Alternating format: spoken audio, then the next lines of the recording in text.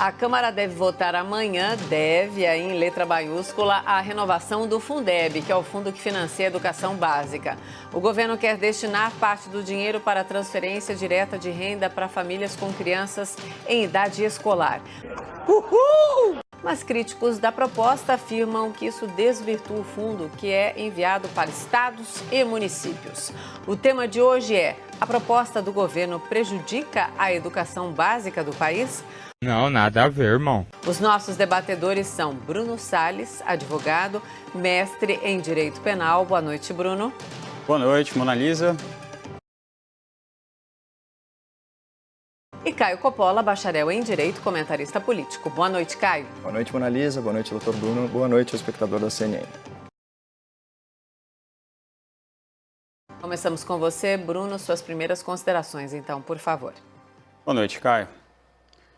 Minhas amigas, meus amigos, boa noite. O jubileu está esquisito hoje, eu tenho medo. É impossível, quando a gente fala de Fundeb, a gente não lembrar dos nossos tenros anos de estudantes. Naquele momento em que o mundo ainda não parecia tão cruel, tão violento. E no caso do Fundeb, novamente, a mesma história, tira-se da educação para financiar o programa de transferência de renda. O que significa, em termos muito singelos, tirar do pobre para dar para o mais pobre, ao invés de tirar das camadas que concentram a maior parte da renda do país. O que, obviamente, não é o melhor modelo de transferência de renda, muito menos de educação.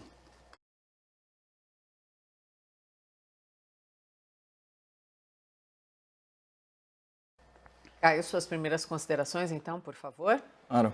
Bom, essa polêmica aí sobre o novo Fundeb, ela é artificialmente inflada e não resiste à realidade dos fatos. E seja pela militância escancarada no parlamento ou pela militância velada na imprensa, não é a primeira vez que a oposição sequestra a pauta da educação com o objetivo político de desgastar o governo federal, como se a presidência da República e os seus ministérios não se importassem com a questão do ensino público.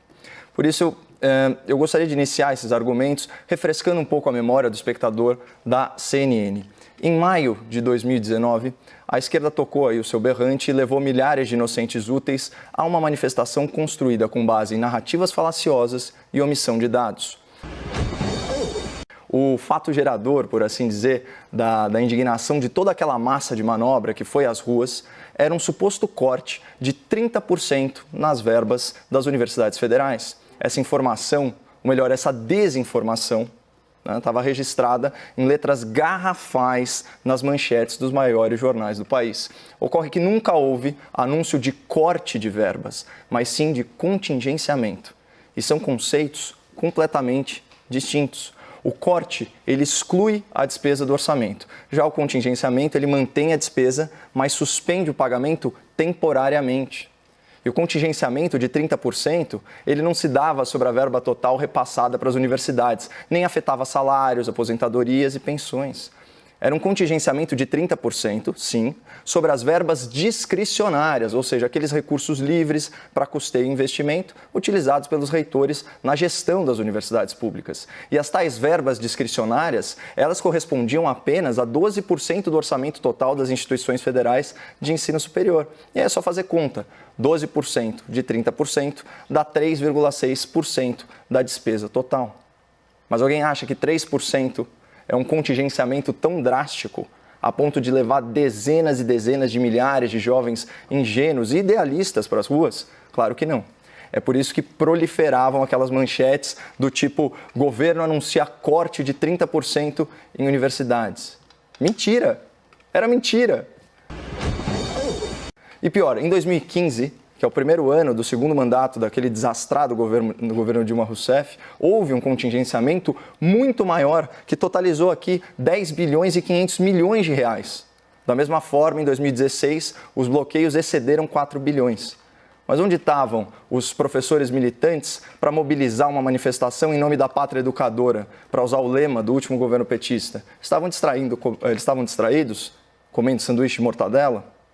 É importante resgatar esse passado recente, porque essa nova controvérsia em relação ao Fundeb, ela também se sustenta em desinformação e construção de narrativa. E também é motivada por questões políticas menores e não por uma preocupação genuína com a educação do jovem brasileiro.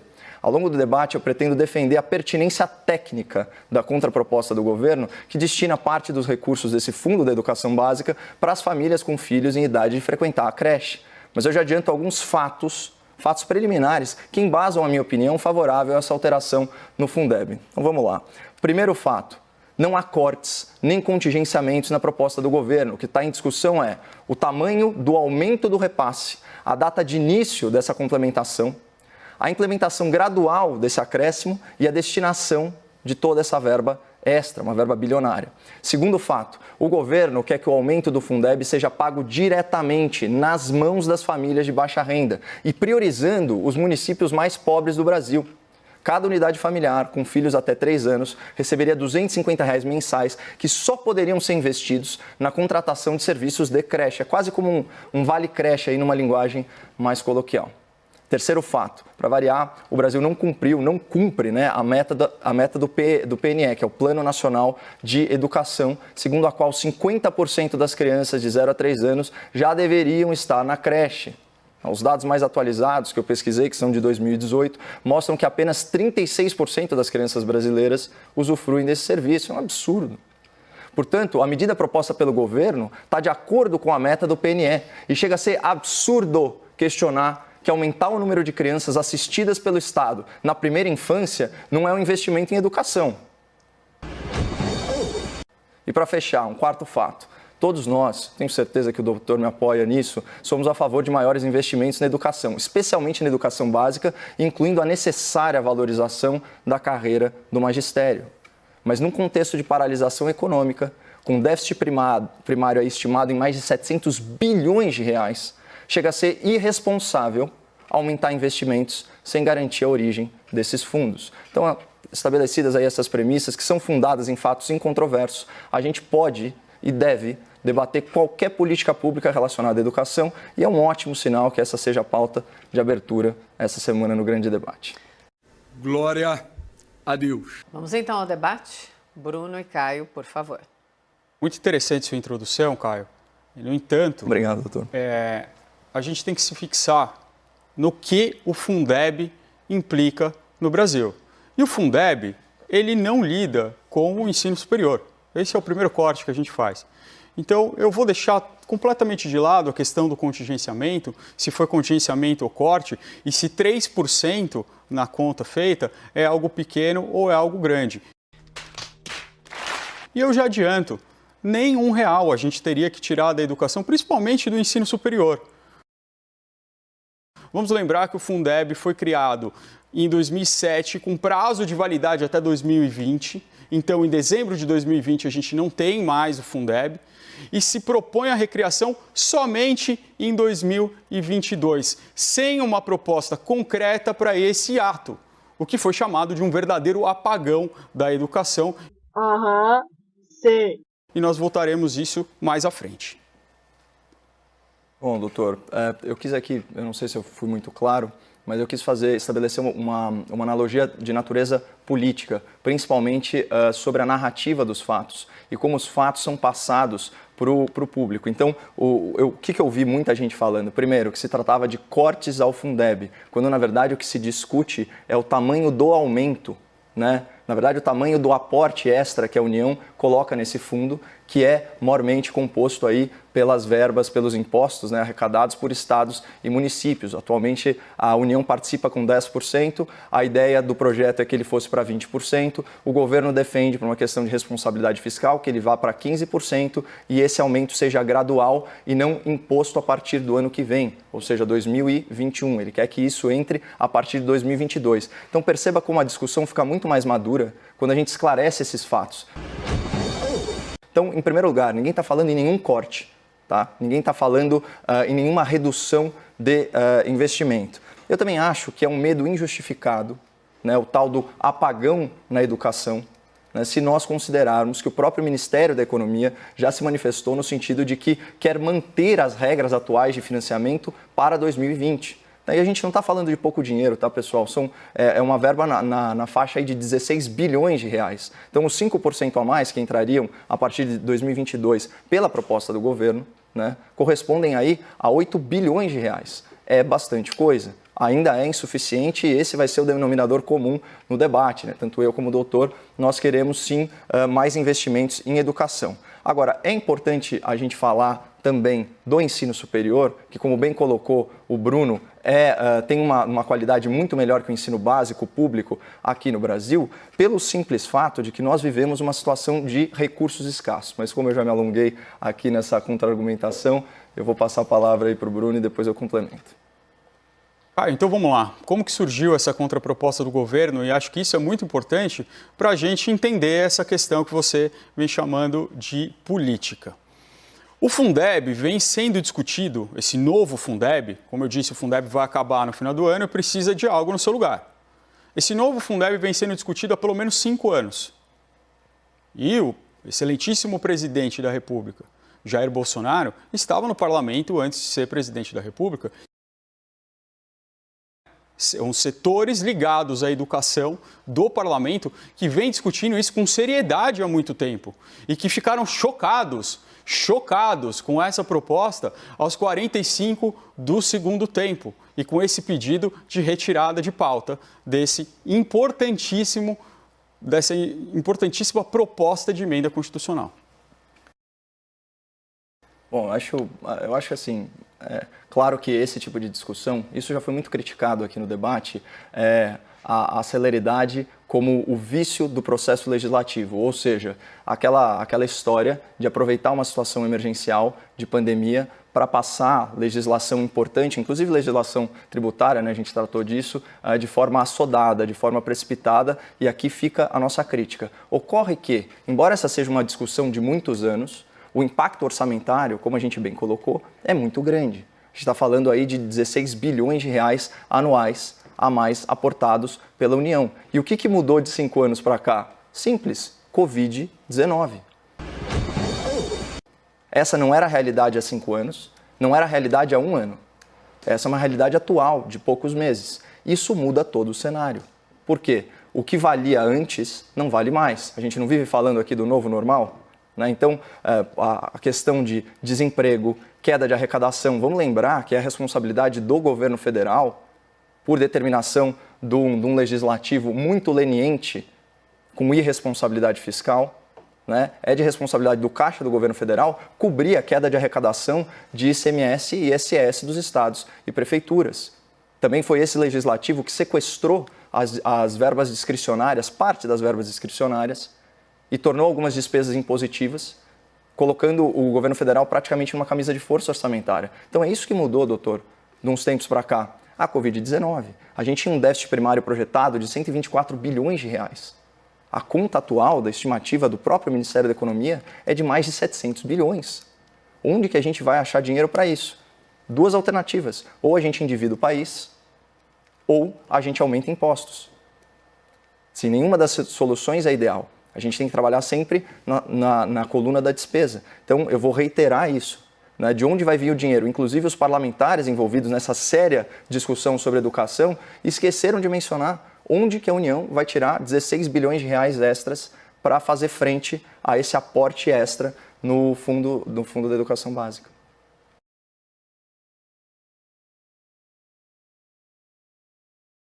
É bem interessante que, na verdade, no parlamento foi sim pensado a questão do Covid. Sim. E, inclusive, houve uma alteração na projeção de aumento da contribuição da União de 30 para 20, o Fundeb. Né? Na verdade, era para subir de 10 para 20 em um período de 6 anos, começando com 15, e foi diminuído esse valor para atenuar o impacto, para começar no ano que vem com 12,5%, ou seja, um aumento no ano que vem de 2,5%. Você falou no começo que 3% não era nada, imagino que 2,5% seja menos. Então, não dá para dizer que essa bancada essa bancada da educação, vou chamar assim, esse grupo de parlamentares de vários espectros ideológicos e políticos, que eles não estão preocupados, que eles estão agindo de uma maneira irresponsável. Mas ela quer passar isso direto para as pessoas, para os beneficiários. Qual é o problema disso? Isso é um desvio de função. Isso é uma tentativa de burlar o teto de gastos. Não, nada a ver, irmão. Isso pode ser enquadrado em uma tentativa de burlar a lei de responsabilidade fiscal. Ora, Sim. Como falar de um governo desastroso, de um governo que acabou sendo impedido, e eu tenho certeza que o Caio tem certeza de que foi um impedimento legítimo por conta de pedaladas fiscais, e ver essa manobra como sem nenhum problema. Eu não consigo entender. Eu realmente não consigo.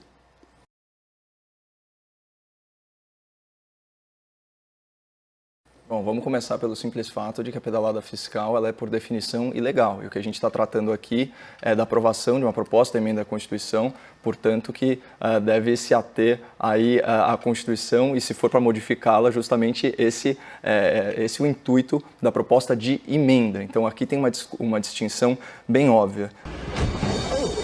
Eu esqueci de pontuar na minha fala anterior sobre o Partido Democratas, que você disse que não é de esquerda e certamente não é, mas é um partido que compõe o centro político e compõe o centro político desalinhado com o governo federal. Basta lembrar que a principal liderança do DEM hoje em dia é o senhor Rodrigo Maia. Então, não dá para falar que eles estão na situação. Pelo contrário, embora sejam de direita, são parlamentares e são partidos de oposição. Olha ele!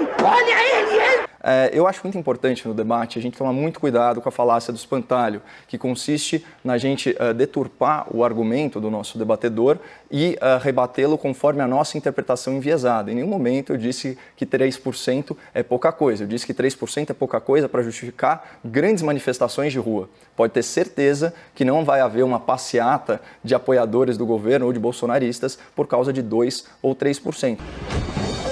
Mas a questão orçamentária ela é fundamental nesse momento, porque a gente está tratando de responsabilidade fiscal, a gente está tratando da saúde financeira do Estado brasileiro. E eu queria só focar um pouco na agenda positiva, porque a gente está falando muito da agenda negativa, o debate caminhou para isso, na agenda positiva dessa contraproposta feita pelo governo. E aqui pegar uma fala do secretário especial da Fazenda, do Ministério da Economia, o senhor Valderi Rodrigues, que disse o seguinte, aspas, nós podemos dar um voucher creche, um vale creche, como eu disse, na ordem de R$250 por mês, e nós eliminaríamos, ou seja, extinguiríamos, acabaríamos com todo o déficit de creche para essas crianças, com fortíssimo impacto no atendimento a essas famílias, com filhos aí na faixa etária de 0 a 3 anos que demandam creche e não são atendidas atualmente.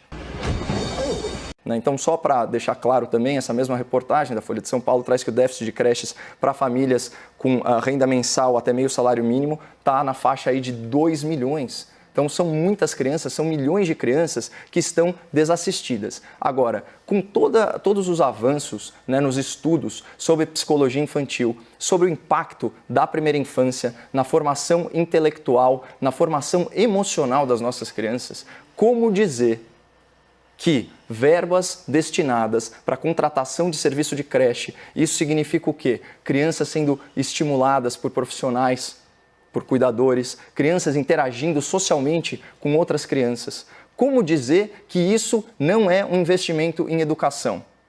Como afirmar um negócio desse? Só que aqui a gente tem um outro problema do Estado brasileiro, que vê com maus olhos, e principalmente do estamento burocrático, político, que vê com maus olhos o quê? A contratação de serviços privados. Eles preferem que o Estado invista no que não é o essencial, que é o quê? Que é no prédio, na estrutura sindical, e não terceirize isso para os serviços particulares. Agora, a galera que vai contra isso é a mesma turminha que, obviamente, bate a palma para o ProUni, para o FIES, que são coisas análogas. Então, eu não consigo realmente entender esse duplo padrão na esquerda brasileira.